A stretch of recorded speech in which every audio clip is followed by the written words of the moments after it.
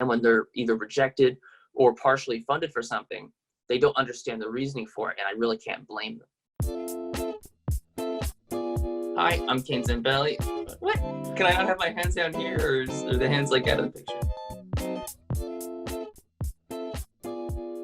So as someone who's been on the committee for the past year, one of the things that I've noticed is that a lot of our discretionary guidelines, which are essentially the rules the Finance Committee is governed off of, don't correctly match what's actually put on the application.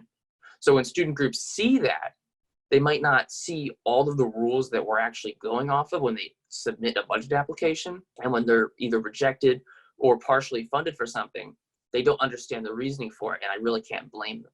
I'll use one as an example. Groups must provide a proper proof of space unless they justify why they don't need it. Now, that little part at the end is what gets a lot of people confused because they don't know if they fall under that category or not. One of the other issues is that the Finance Committee is not as accessible and the office hours are not as flexible as they should be.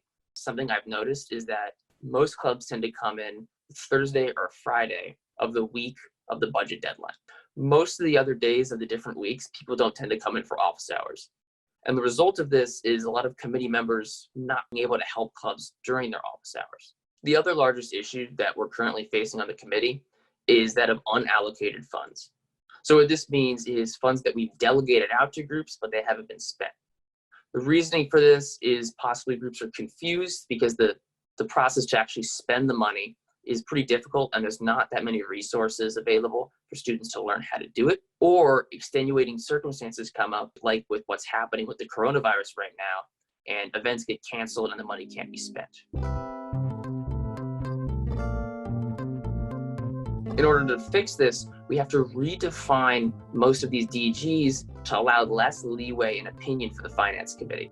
As it stands, many of the DGs are so vague that, and they're up to so much discretion from the Finance Committee, that people often don't have a good idea what is and what isn't considered, for example, proper documentation. So adding more examples and making sure that those DGs line up with the application is of the utmost importance. The second issue that people face is of the inaccessible office hours and Finance Committee.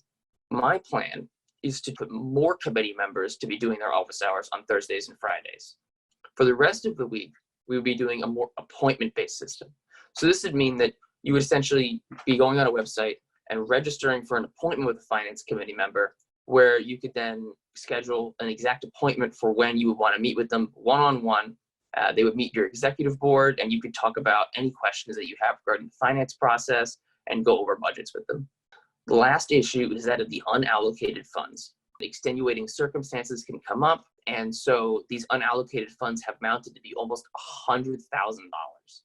If we were to fix this problem, we would be giving almost every club 10% more funding. The way that we remedy this is that we give students more resources in terms of information about how to spend their money, and also giving students a process where they can use that unallocated funds from canceled events in a much more quick way. The current system is to use a line item transfer, which is an incredibly slow process. My goal is to make a new fast-tracked way so that students can use those unallocated funds much faster so that we don't have it wasted. If you have any more specific questions about the Maryland Finance Platform, feel free to check out the website. Is it good?